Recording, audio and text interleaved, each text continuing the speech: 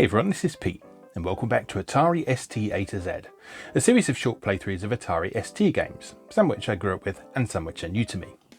Today is one of the former. Today we're taking a look at Blood Money, which was a 1989 release from Psygnosis, developed by DMA Design. DMA Design, of course, would go on to great things. They would produce the Lemmings series of games, and they would also go on to become Rockstar North and produce the Grand Theft Auto series. Blood Money was initially released for Amiga and Atari ST, along with MS-DOS PC, and a Commodore 64 version followed in 1990. And it's a follow-up to DMA Design's previous shoot-'em-up called Menace. It's quite heavily inspired by Irem's Mr. Heli, and aspects of the game's presentation would actually go on to inspire certain aspects of how Lemmings was presented. The game was especially praised for its visuals and animations back in the day, but some people found it a bit too hard. Some people found that the gameplay lacked a bit of depth. There was some mixed viewpoints about the game, but most people certainly agreed that it looked nice at the very least. Now, the game's cover art, which I actually happen to have right here, was originally for a book by Larry Niven, published in 1973, called Protector. And specifically that artwork was used on its 1980 release through Orbit Books. And the artwork was by a guy called Peter Andrew Jones. So since we've got the packaging here, let's have a little look at it. So there is that lovely cover art. Here is the back of the box. This is a fairly typical example of Psygnosis packaging from the period. So they always came in these nice glossy boxes, and they had the slipcase on the front with the Psygnosis box inside like this, and Psygnosis down the side. So if you wanted a nice sort of Psygnosis library in your collection, you could certainly do that. So, back of the box, what does it say? Blood Money, the ultimate arcade game. Hold it right there. Are you really ready for this one?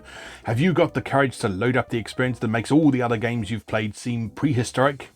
Because Blood Money is simply the best arcade game you've ever seen. It has staggering graphics, amazing sound effects and music, and the most gripping gameplay you've ever tackled in your life. Blood Money just leaves the competition for dead and takes you into new realms of arcade action. But it's going to be tough. From the instant you hear that driving soundtrack, you'll be plunged into a maelstrom of sheer destruction as you plunder the 4 outer planets in a kamikaze quest for gold and glory. The aliens in Blood Money set some vicious traps, and it will take all your skills just to survive. Use your awesome firepower wisely, and you'll turn those aliens into blood money that can earn you extra weapons and equipment. And you're going to need them, because there are no easy screens in Blood Money. It's a life and death struggle that demands all your tactical genius and shoot-'em-up know-how before you battle through to confront the 4 planetary guardians. With its vast bitmapped graphics, superb animation, blistering sound, devilish obstacles, awesome firepower, and 1 or 2 player options, Blood Money is the greatest challenge yet faced by any games player with a passport to outer space. Blood Money, it's here, it's in your trembling, sweaty hands. It's ready and waiting for you. But are you sure you're ready for Blood Money?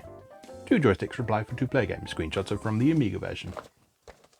So, well, they certainly had a degree of confidence in their product, shall we say. It's amusing to me looking back on the blurbs from games from this era, because these days you tend to not get a ton of information on the back of a game box. In some cases that's because there's not very much room, such as in the case of like a Switch case or something like that. There's a very limited amount of space. But also there doesn't seem to be quite so much bragging going on, because that is borderline obnoxious, that back of box blurb there. particularly if you play the game and don't think much of it. But well, we'll see how that goes. Anyway, other stuff we got in the box. We've got the manual, which in typical Psygnosis style is actually rather underwhelming, because for how lovely the packaging is, the manual is always just a bit I mean, it's not in colour. I mean, it's got some sort of white on black pages to mix things up a bit, but it doesn't sort of stand up to the expectations the box sets. Let's put it that way. Anyway, there's more bragging inside the manual, so let's enjoy that. Congratulations, you've just got your hands on the ultimate arcade game. A whole megabyte of graphics, 250k of sampled sound that isn't in the ST version, and a maelstrom of death, destruction, and discovery awaits you. If you survive, you'll be set up for life, and if you don't... This booklet gives you all the information you need to get the most out of your software purchase. Anyway, here's the concept of the game. Blood Money takes you on an alien safari across the untamed horizons of 4 hostile planets. The organisers charge varying rates of admission to each planet, but have devised a unique way of rewarding successful hunters. You can see their brochure on the centre pages for more information. As young Spondulix, savouring the delight... It's a mouthful, isn't it? As young Spondulix, savouring the delights of the holiday planet Thanatopia, you yearn for excitement before returning home. Unfortunately, you cannot hope to raise the $100 required for entry to the safari, so you have no alternative but to sit and mope all day with nothing to look forward to but your final examinations in Venusian accountancy. Then one day, a letter arrives in the post. It's from your parents. When you see what's inside, you know your time has come. Okay, so, yeah, there we've got Spondulix's reply to his parents, which we won't read right now because it's quite long. Here's the brochure they were talking about as well, with some sort of previews of some of the enemies you'll be encountering. Tremendous value for money. Enter for as little as 100 credits, but you pay with your life if you fail. It gives you a quick overview of the 4 planets as well. So Planet 1 is only 100 credits to sample the delights of Gibber, the most hostile planet of the Num system. Helicopter gunship is laid on, but watch out for the floor and ceiling gun emplacements. 200 credits get you a hunter's license for Groan, where you go by submarine. 300 credits, you fly on jetpack on the terrifying terrain of Shriek. And Planet 4 is 400 credits, and you fly on Snuff, where you actually fly a spaceship. And yeah, so then there's a bunch of information about the various power-ups you'll get, how to control the game and that sort of thing. Now, here we are. There's actually a sort of detailed bit of information about the game in the manual here. So we will read some of this because it's an interesting bit of background. So David Jones, programmer of Blood Money, tells you all about the game you've just been playing, or are about to play in our case. Hi, I'm 23 years old and come from Dundee in Scotland. I was the programmer of Menace, an earlier release under the Cyclops label, which was hailed at the time as the best Amiga blast on the shelves. Although we were pleased with the product, it was my first game ever, here at Psygnosis we wanted to do something more, something special. Blood Money is the result. First, let me tell you a bit more about myself and the background to the program. I work from my bedroom at home where I share space with one of Psygnosis' 25MHz 386 IBM compatibles, 2 Amigas and an Atari ST. I like the PC for business, but when it comes to games, it's the Amiga that really gets me going. So yeah, there were some PCs around at the time that were capable of decent games. Like you could play some pretty good games on a 386, but the ST and the Amiga were still pretty much ruling the roost at this time. I'm also a great fan of shoot 'em ups. I programmed Menace simply because at the time there didn't seem to be any decent games for the Amiga. To some extent, Blood Money is a further development of the Menace concept but goes much, much further. Menace, for example, used the hardware scroll on the Amiga, but I abandoned that in Blood Money and started using the blitter to scroll the screen, which speeded up the game because it made certain sprite operations far easier to handle. So there's a lot of information here about how the game was sort of developed with the Amiga as the lead platform and then ported to Atari ST. Yeah, so his goal for this, David Jones' goal for this, was a game that ran on a home computer but looked as though it could have come out of the arcades. That meant increasing the difficulty level. Menace was much easier to complete, was it? I couldn't get past the first level of Menace. And also boosting the action on screen. And of course the graphics also had to be superb.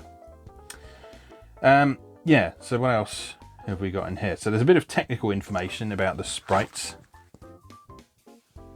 Yeah, lots of technical information about the sprites.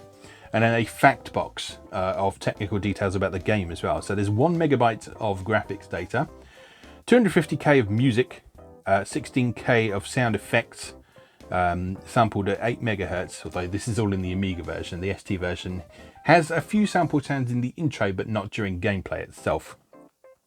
Maximum sprite size is 100 by 144 pixels, which is actually pretty big for the ST and Amiga, which ran at a 320 by 200 resolution. Maximum number of animation frames for a single sprite is 18, and that's seen in the walker enemies on the first level.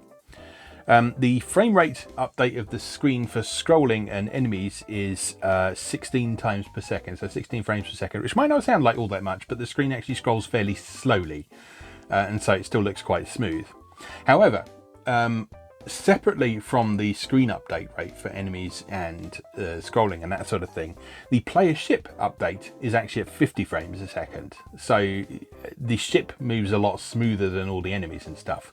And that's what you want in a shoot 'em up, really. You want precise, smooth control over what you're doing. The joystick scan also is 50 frames a second as well. So you've got a very precise, very responsive control as well. And it took them 8 months to develop this, all told. Other things we've got in the box, where we've been going for 10 minutes already, but let's just have a look. We've got the 2 discs that the game comes on. Nothing particularly remarkable there. We've got a registration card for Psygnosis. Thank you for buying our product. In order to help us maintain future quality and keep you and your retailer informed of new products, please complete and return this questionnaire. So there's no sort of prize draw for that one. It's just a registration card. And then we also have a nice big poster of that cover art as well. So all in all, aside from the slightly underwhelming manual, although it's a very informative manual, aside from the slightly underwhelming manual, this is one of Psygnosis' nicer packages, I think. And it's also a pretty great game as well. Like I said, there have been some mixed viewpoints over things like the difficulty factor of the game over the years. And certainly I've never been very good at it, as you'll see in just a moment. But you can't deny that this is an impressive, good-looking game that is worth adding to your collection if you collect for Atari ST and Amiga. So, let's go play Blood Money. Okay, here we are with the Blood Money, which is now loading. And in a moment, we'll have... First, there was Menace. Now, Psygnosis presents a DMA Design game. There you go. Yes, as I was saying, in a moment we will have the delightful digitized intro to this. And then we have a disc swap. So if you'll bear with me, I'll be right back. Okay, yes. So this is a game I remember quite liking back in the day. It is a good shoot 'em up. It's also a very challenging shoot 'em up as well. So as I say, I can't guarantee how far we're going to get with this, but we shall see. So, the Atari ST conversion of this was by Wayne Smithson, graphics by Tony Smith. And yeah, so what does that F4 option do? Switch between patient and impatient. Oh, okay, I see. So that chooses whether the transitions are just a simple fade like that, or this lovely flipping effect like this.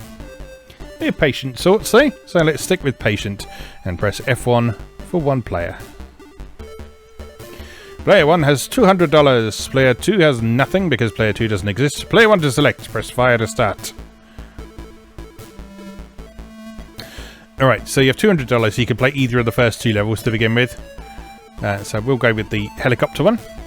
It's $100. That also means we have $100 that we can spend on power-ups when we reach a shop. And you'll see the key thing in Blood Money is that pretty much everything you destroy drops blood money. There's the walkers with their 18 frames of animation.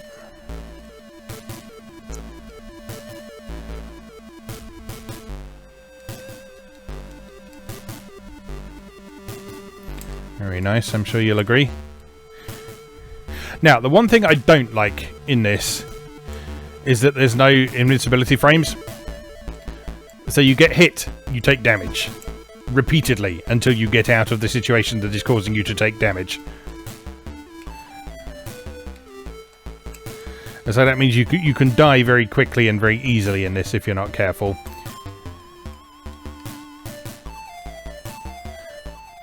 Because you can die from hitting the scenery as well, which is a bit of a pain. Anyway, what do we want? We want... I can't remember what each of these do. So we got $260 at the minute. That one in the corner is an extra life, I know that. I can't remember what any of the others are. I think this is like spread shot. So we'll have one of them and one of them, and we can't afford anything else. So that will do for now. Yeah, there we go. One of them is an increase to the range of your shots, which is very useful, as you might expect, because, as you can see, they don't go very far by default.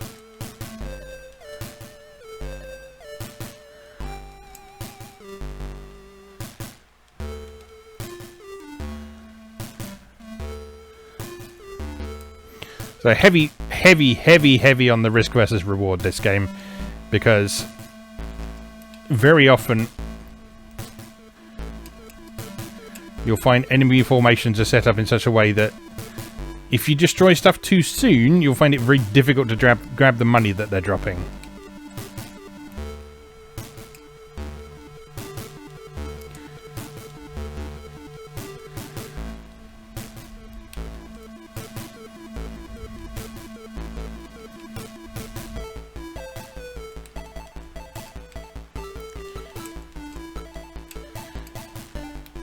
Now, you can hopefully see where the Misty Heli influences are coming from. What does this do? Let's find out. Oh, that's a rear shot. Okay, that's quite handy. Yeah, you can hopefully see where the Misty Heli influences are coming from, because obviously we're flying a helicopter, and also the multi-directional scrolling. Now, the main difference is that in Mr. Heli, you sort of had freedom of movement, so it was kind of an open world game, kind of.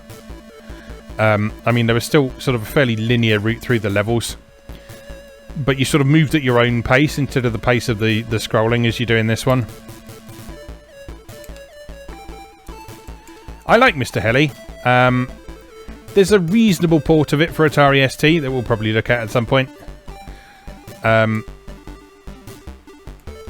There are better versions of it out there, but the ST version is where I became aware of it.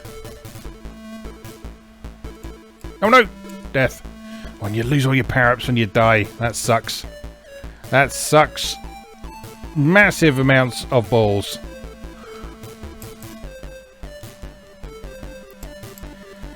Must be a way to restore your health.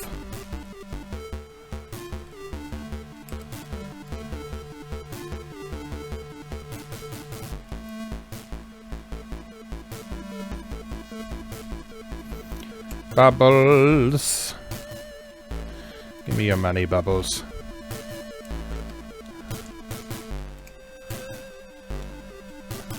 Don't shoot me.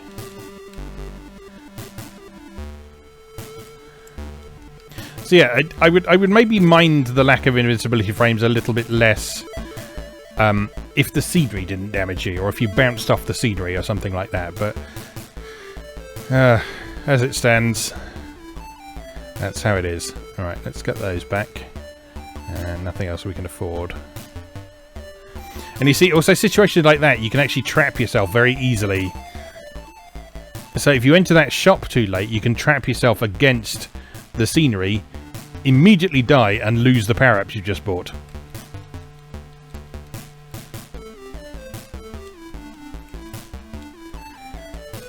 And your response to that may well be lol, get good, but on the other hand, a perfectly valid response to that would be, that's kind of shitty game design.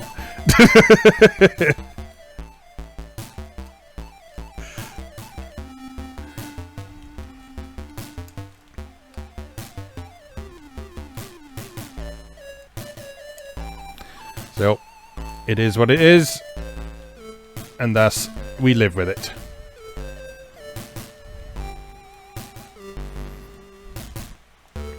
So you can hopefully see the difference in this, in the frame rates between the backdrop and the enemies and the player ship. As the player ship moves really, really smoothly. As you saw there in particular, that sort of horde of enemy ships that appeared there, they were moving relatively jerkily. That's because they're going at 15 frames a second. And the player ship is going at 50. Right, what else shall we have? Let's see what this does. And maybe this also. Ooh, one of those was a speed up, which I'm not entirely sure is what we want in this situation.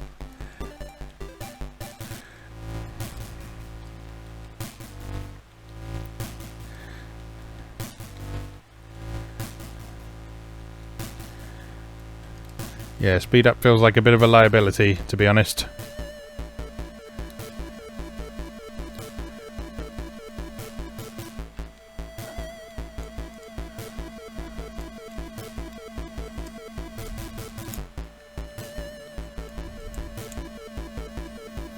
Which way are we going? Down, I reckon.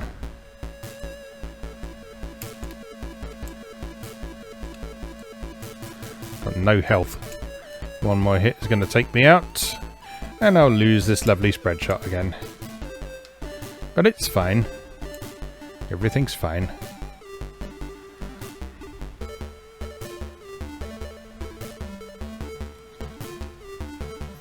Oh, one of the things I chose there evidently was the long-range shot.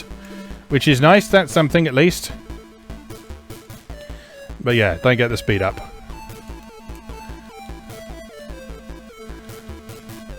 It's scary. Oh no! Oh no, and you keep it! Or do you? I don't know. Hard to tell.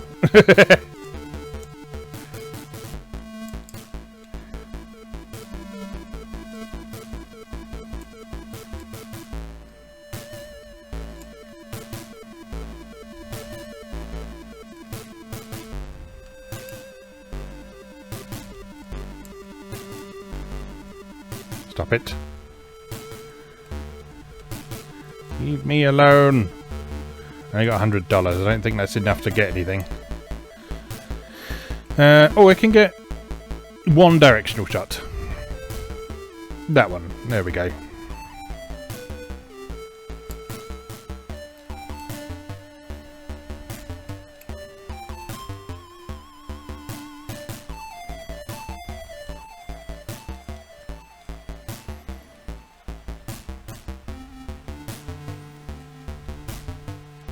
I don't think I've ever made it to the boss in this level.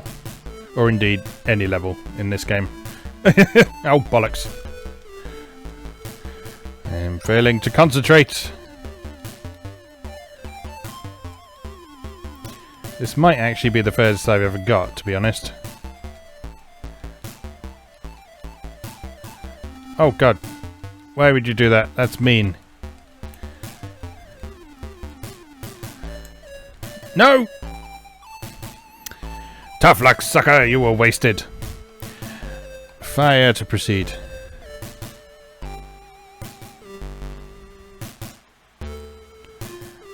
Oh, no high score for us. Let's have another go.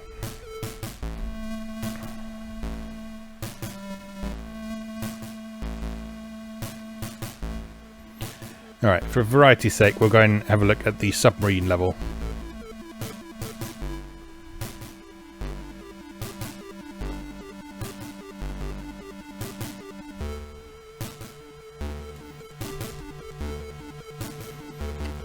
I always rather like this level because it reminded me a bit of R-Type. And as much of a classic that R-Type is, I never actually owned a copy back in the day. But I did have this, which made me feel a bit better about not owning a copy of R-Type. Excuse me.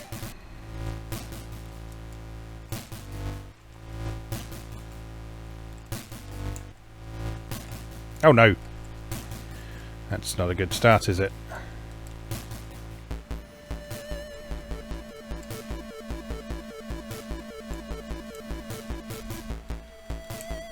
Oh, Jesus. See what I mean? They programmed invincibility frames into the game because you get them when you lose a life. But all this game needed to be just a little bit less frustrating.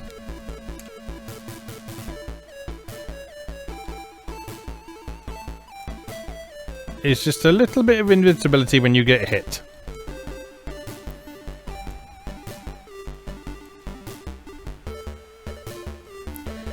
But it was not to be.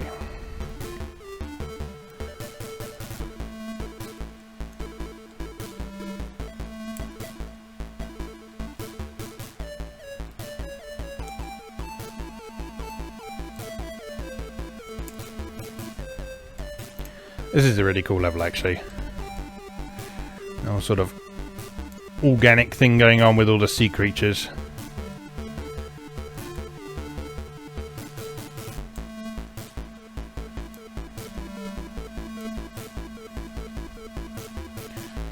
Underwater is a fascinating world that isn't explored nearly enough by video games. Oh, tits.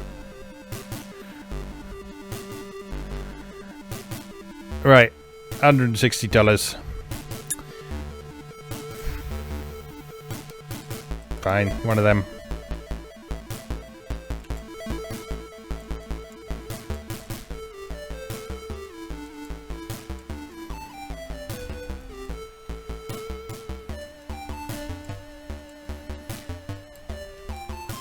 You see, with those gates like that, you need some pixel perfect navigation at times. Because in quite a few cases your ship is only just the right width to get through. Shit. That wasn't very good, was it?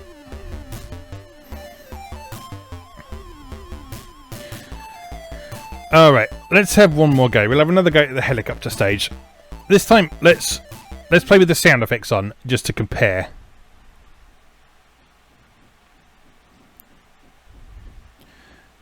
Excuse the thumping. My wife is doing something. I'm not sure what. Alright. One player.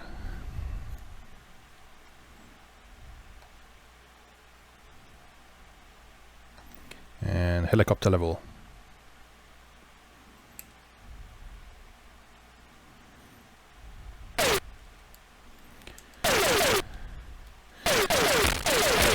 So there you go. As you see, absolutely no sample towns here.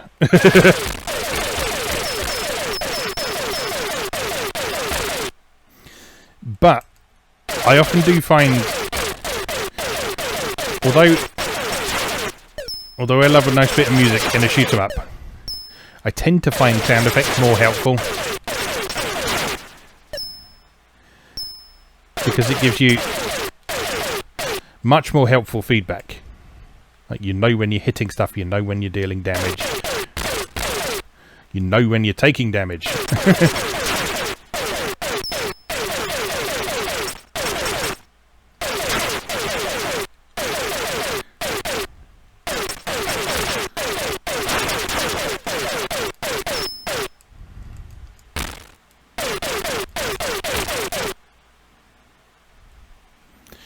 Right, let's have one of them, and one of them, and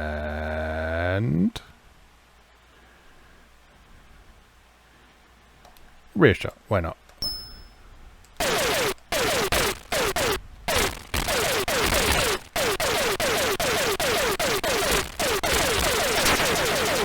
Right, now just try not to die, and we're good.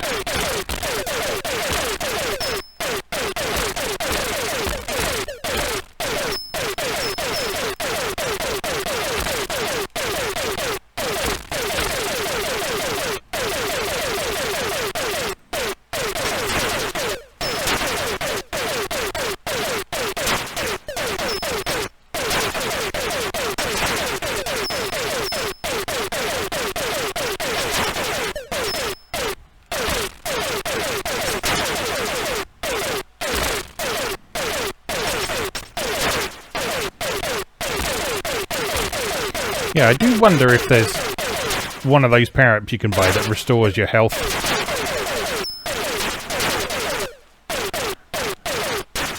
Because if not, that seems like a bit of a curious omission. Don't think I can afford anything, can I? No, no I can't. Oh well.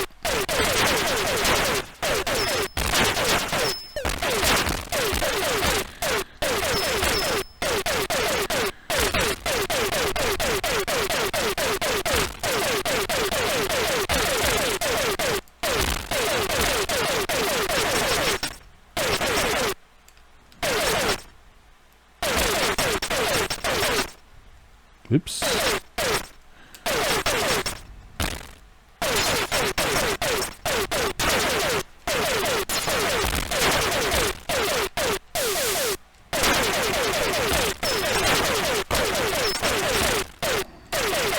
Not 100% sure what I took damage from then, but I took some damage. And you can actually hear when you take damage when you've got the sound effects on. Which kind of encourages you to be a bit more careful, I think.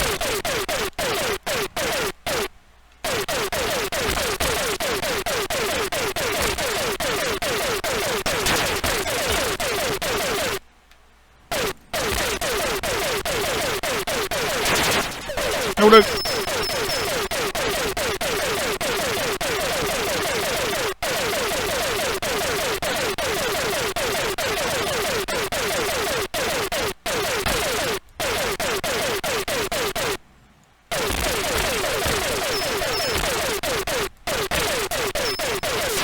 Oh no!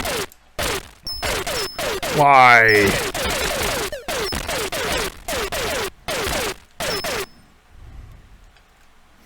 Why me? Anyway, one of them, and let's see what this does.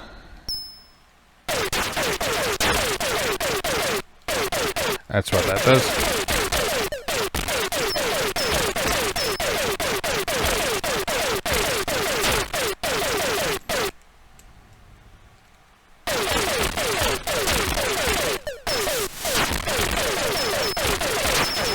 Oh, I lost all my health.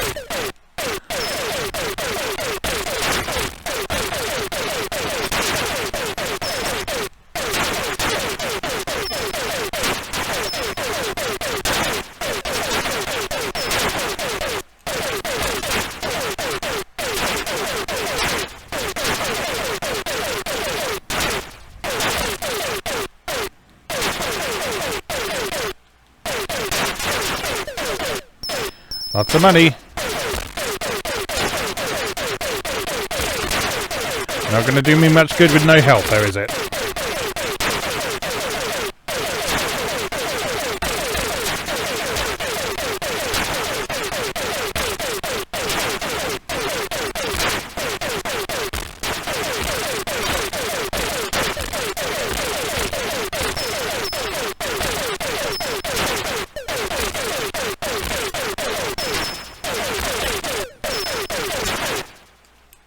Right, give me something that will help. What does this do? That's all I can afford. Ah, that's health. That is health.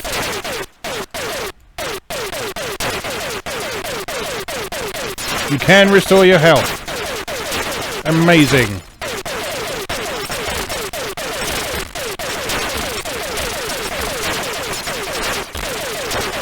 Suddenly I like this game a lot more.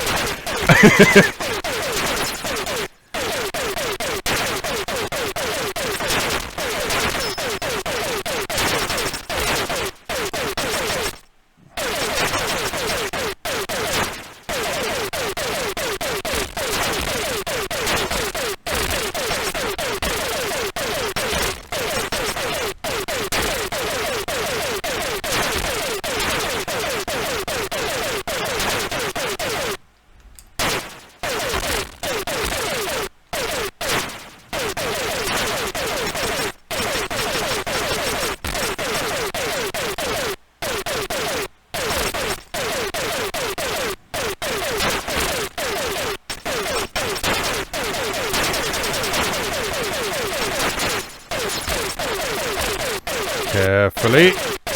Very carefully.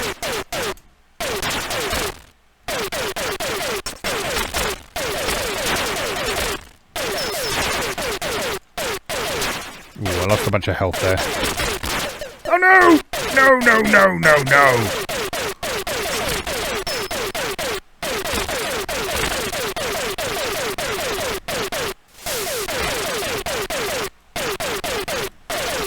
How frustrating.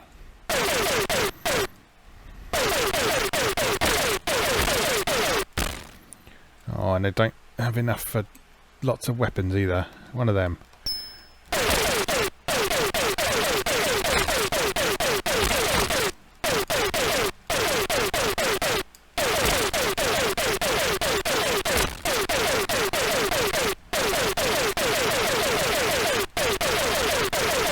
I think I'm doing better for lives than last time, though, at least.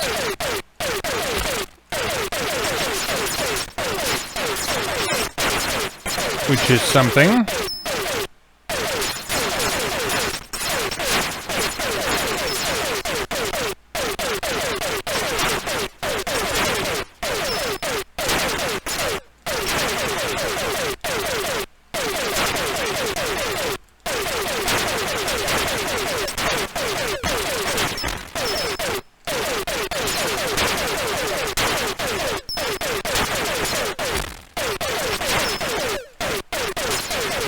Oh god, help!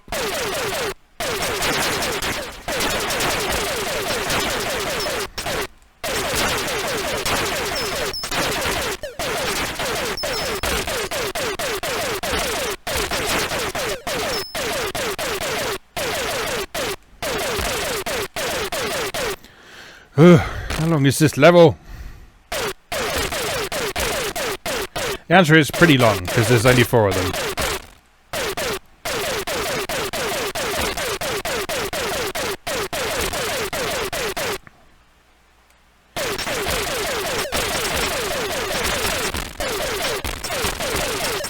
Oh, look at all that money I'm losing.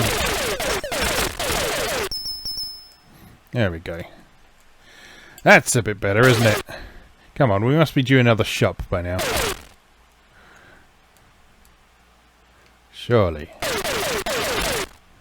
I bet there's one in that little pokey alcove down there. Nope, no there isn't.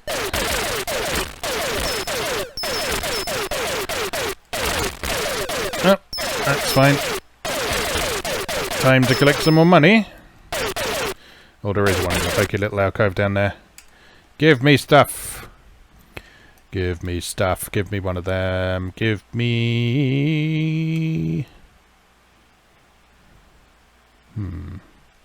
one of them. That's the long range one, I think. Yes.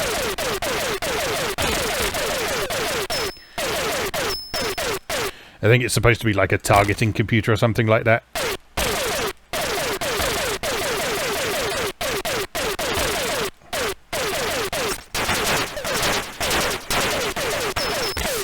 Oh no, no, no, no, no, no, no! That was my own stupidity.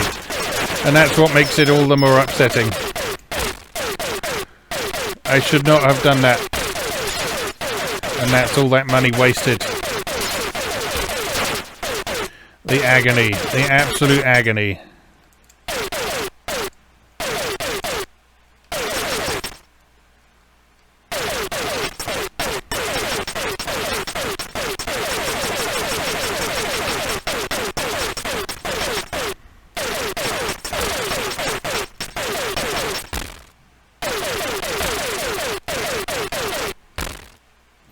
Where are we going? Over here. No, we're not. We're going down there. Bollocks.